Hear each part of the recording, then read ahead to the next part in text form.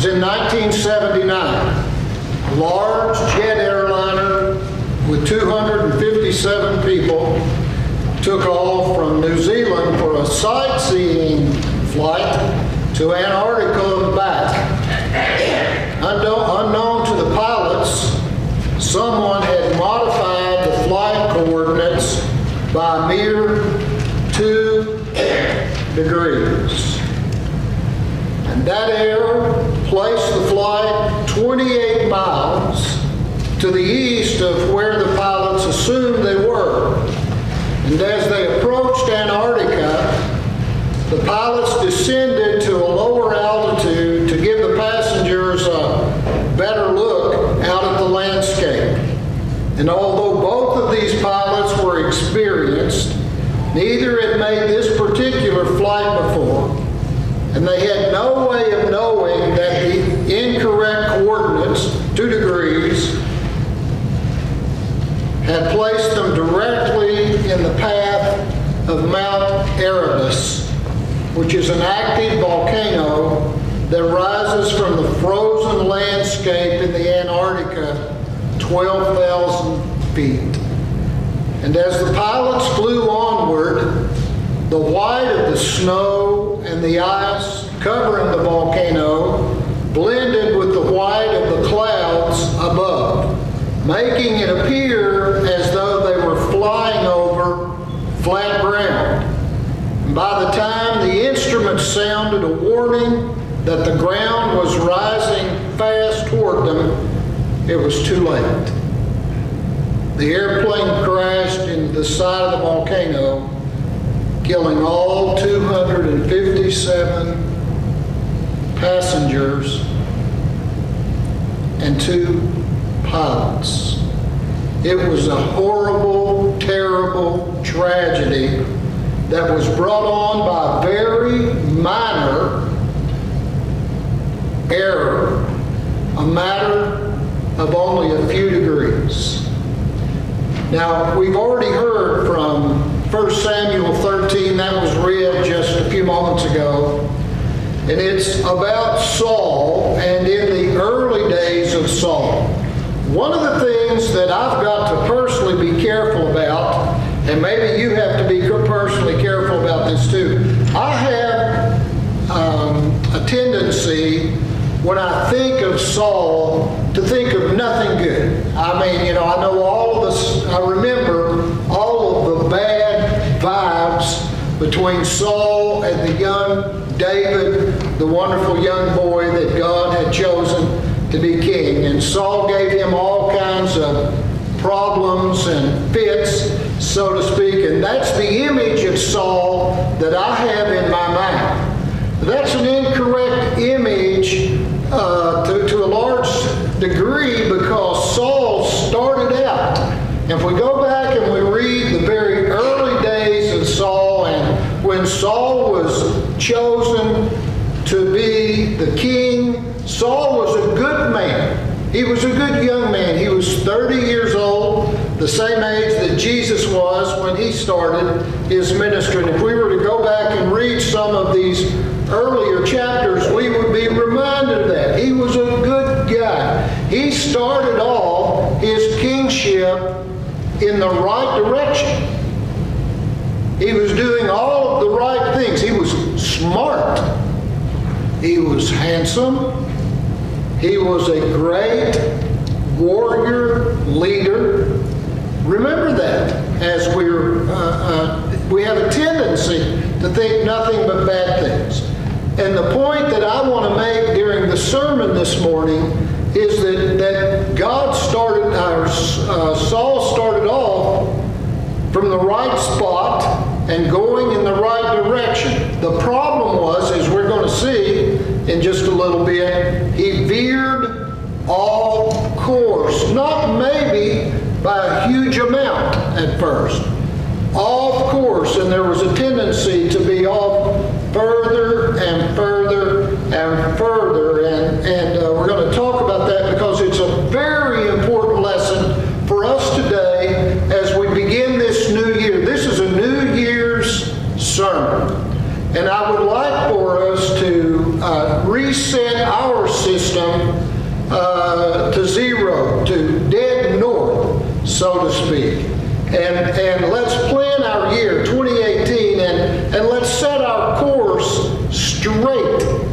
Let's make sure as we go through this year that we don't have a tendency to be off just by a degree or two. I believe that everybody in here, everybody in this room at this moment desires to live their lives and to follow Christ and do what Christ would have us do, and we'll just consider that dead north. We're following kingdom principles, and we're following the King.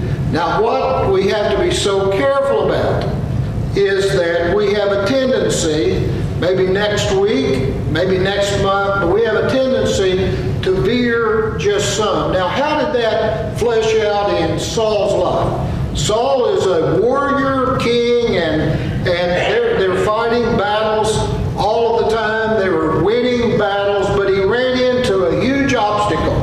He ran into the Philistines.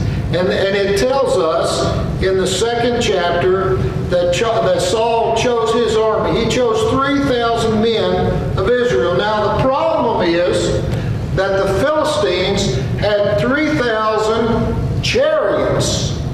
Not to mention all of the other, it defines, of course, we'll get there in just a minute, not to mention everything else that they had, but he was up and the army of Saul was up against a huge obstacle.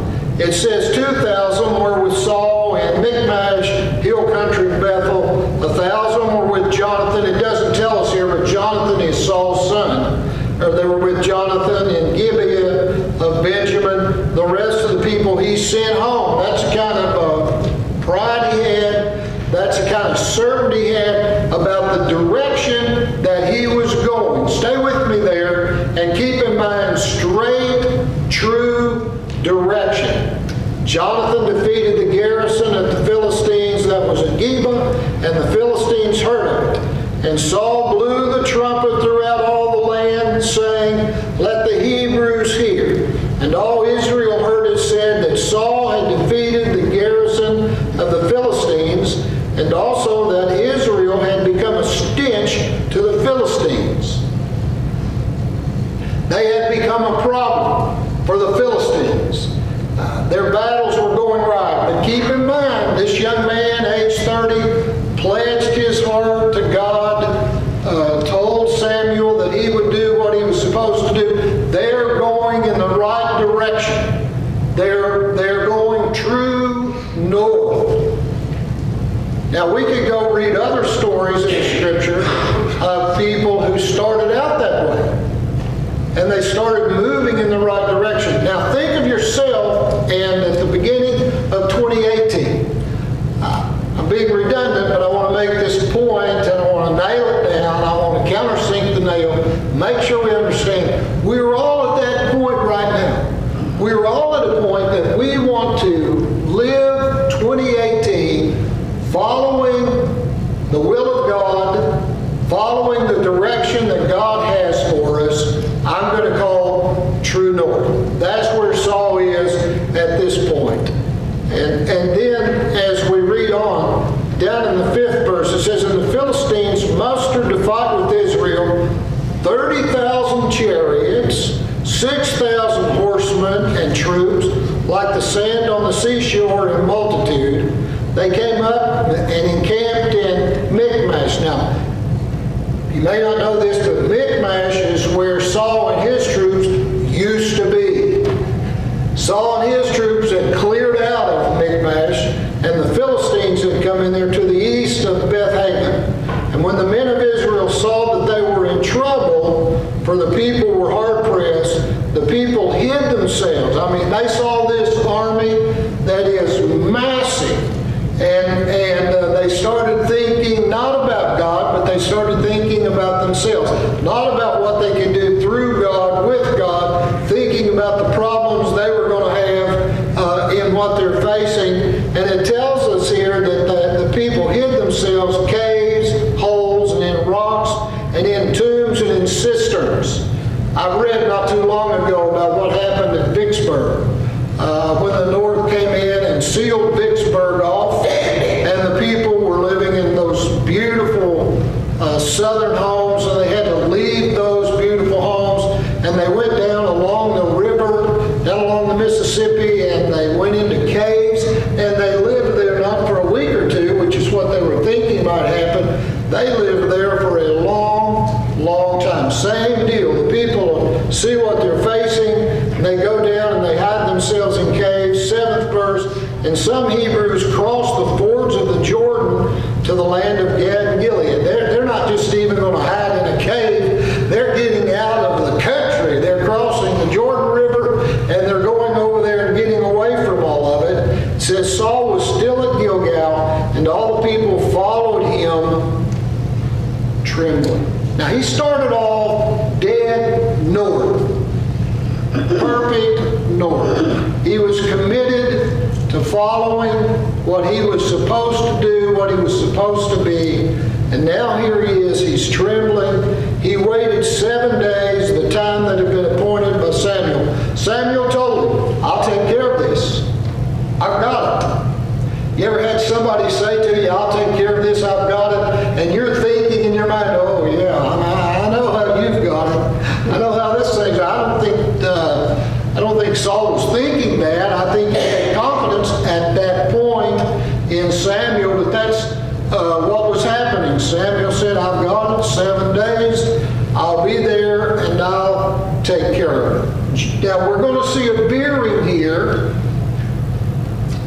of what we could call a few degrees. I want to show you that in just a minute. A veering of just a few degrees. Did you know that if you left an airport at the equator and you circumnavigated the world and you were off 1 degree from the airport where you took off, you circumnavigated the world, by the time you got back to that airport, being off 1 degree, you would have missed the airport by 500 miles. 1 degree. Now here's the point. I want to make it now, I want to make it later. I see so many people in their lives who start off with the best of intentions. And I want to say again, Saul was there. He was a good man at this time. He was a brave warrior. He was a brave leader when Samuel set him aside for God's service. He was committed to true north, to following the flight plan that God had chosen for him. And I see so many people who do this. And some of you are here this morning maybe, and you're committed to those things. But then as you move further along because of this circumstance or that circumstance, or because of the environment you find yourself in, or maybe because of the trouble you find yourself in, you start to vary. And you vary in your flight plan, maybe just a degree or two.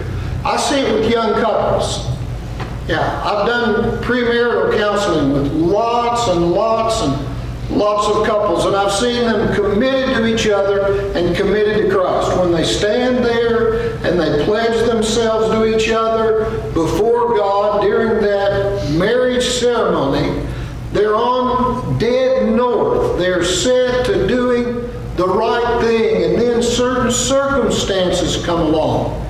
And it's different circumstances for different people, but they might make a decision or two that they wouldn't have back there maybe a year or two ago or 10 years ago, but they start to vary just a little bit. It might be in the ethics of how they handle business and business decisions they're making.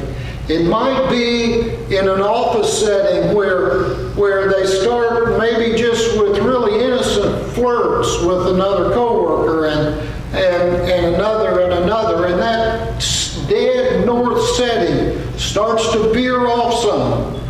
In a lifetime, when they look back on it, they're way off. And people are asking, who is this person? They're asking themselves, who am I? How did this happen? How could I be in this situation? And we see it all the time, starting off with the best of intentions, but then varying just a few degrees from where they are, where they started off. So let's look back at the verses and see how it happens here. It says in the 8th verse, Saul waited 7 days. That's what Samuel had asked him to do. You wait 7 days. And the time appointed by Samuel. But Samuel did not come to Gilgal, and the people were scattering from him. So Saul said, bring the burnt offering here to me and the peace offerings. Now he knows he's been told by Samuel, you don't make these offerings. He wasn't a priest. The only person who was allowed to offer the burnt offering and the peace offering was the priest. Saul knows he's not a priest. Saul's been told, you don't do this. But Samuel's not there yet, and people are starting to ditch him, so to speak. Some of these soldiers are leaving him, taking off from him, and rather than staying with dead north, where he was supposed to be and where he'd been plainly guided to be, he starts to quake under pressure. Saul says, bring the burnt offering here to me and the peace offerings. And he offered the burnt offering. He was never, ever supposed to do that. Now, I want to make this point. Was that a terrible, awful thing? It was a terrible, awful thing because it varied from what he had been told to do. But he's offering to God. The burnt offering went to God, so I could hear him justifying himself and saying, look, what does it matter who makes the offering? The offering was made. We made the burnt offering and the peace offering. The guy who told us he would be here in 7 days is not here, and we're losing our army, so we had to do something. Have you ever heard that used? Churches will say that. Churches will make a bad decision and they'll say, well, we had to do something. Well, that doing something was not what they were supposed to do. It was off maybe even just a few degrees. And that's where Saul is at this time. And it says in the 10th verse, as soon as he had finished offering the burnt offering, behold, Samuel came. And Saul went out to meet him and greet him. Samuel said, what have you done?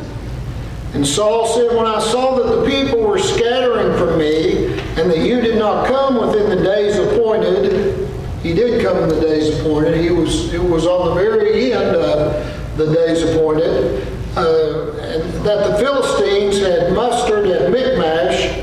I said, now the Philistines will come down against me at Gilgal, and I have not sought the favor of the Lord, so I forced myself, he says, and offered the burnt offering. And Samuel said to Saul, you have done foolishly. You've not kept the command of the Lord your God with which he commanded you. For then the Lord would have established your kingdom over Israel forever. And now your kingdom shall not continue. It's over. It's over, Saul. You don't have a kingdom after today. Why? Because he varied from true north. Young people, I want you to listen to me carefully. The rest of your life, and particularly as you go through your education and your college education, etc., there's going to be people talking to you, and as you are of God, they're going to have a tendency to say to you, well, yes, I hear what you're saying. I know you believe that, but this is also true. You can look at it this way also.